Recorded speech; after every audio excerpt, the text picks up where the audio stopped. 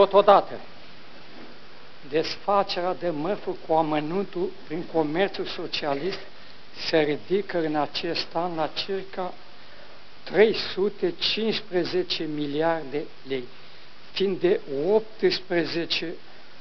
18,5 ori mai mare decât în 1950. Consumul alimentar a crescut de la 1800 de calorii zilnic pe locuitor în 1950 la circa 3300 calorii în prezent. România înscriindu-se între țările cu un bun consum din punct de vedere al necesităților fiziologice.